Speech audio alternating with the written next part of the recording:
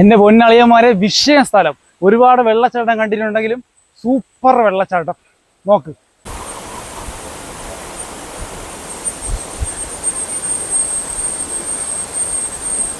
നമ്മൾ ഈ തിരുവനന്തപുരത്ത് കിടന്ന് ഈ കാഴ്ചകൾ നമ്മൾ കണ്ടില്ല എന്ന് പറഞ്ഞു കഴിഞ്ഞാൽ പിന്നെ എന്താ പറയാ അല്ലേ? മങ്കയത്തോട്ട് പോവാം. മങ്കയത്ത് വന്നിട്ട് ഇതൊക്കെ ഒന്ന് കണ്ടിട്ട് പോകും. കാണാത്തവരുണ്ടെങ്കിൽ. കണ്ടവരുണ്ടെങ്കിൽ നിങ്ങൾ കുഴപ്പമില്ല, ഒന്നും കൂടി വാ, വെറുതെ വന്ന് കറങ്ങിയിട്ടൊക്കെ അങ്ങ് പോവാന്നേ. എന്തൊക്കെയാണല്ലേ ഇവിടുത്തെ കാഴ്ച എന്ന് പറഞ്ഞാൽ. പ്രകൃതി എന്ന് വെച്ച് കഴിഞ്ഞാൽ ഇമാതിരി ഭംഗിയുള്ള ഒരു സാധനമാണെന്ന് നമുക്ക് ഇങ്ങനെയുള്ള സ്ഥലങ്ങളിൽ പോകുമ്പോഴത്തേക്കാണ് മനസ്സിലാവുന്നത് കേട്ടോ. നമുക്ക് ഇനിയും പിടികിട്ടാത്ത, നമുക്ക് ഇനിയും മനസ്സിലാവാത്ത എന്തോരം സംഭവങ്ങളാണല്ലേ നമുക്ക് ചുറ്റും നടന്നുകൊണ്ടിരിക്കുന്നത്. നമുക്കൊന്നും ഒരു എത്തും പിടിയും കിട്ടുന്നില്ല. ഇവിടേക്ക് വന്ന് കണ്ടപ്പോഴത്തേനും ശരിക്കും എൻ്റെ കിളി അങ്ങ് പോയി കേട്ടോ.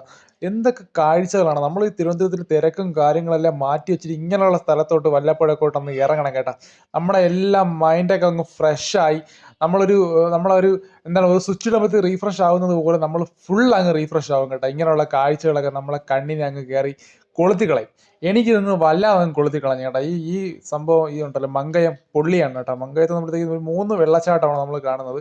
താഴെയും മുകളിലായിട്ട് അങ്ങനെ 3 വെള്ളച്ചാട്ടം. 3 വെള്ളച്ചാട്ടം ഒന്നിനൊന്ന് മെച്ചമാണ് കേട്ടോ. അത്രയ്ക്ക് പൊളി വ്യൂ ആണ്.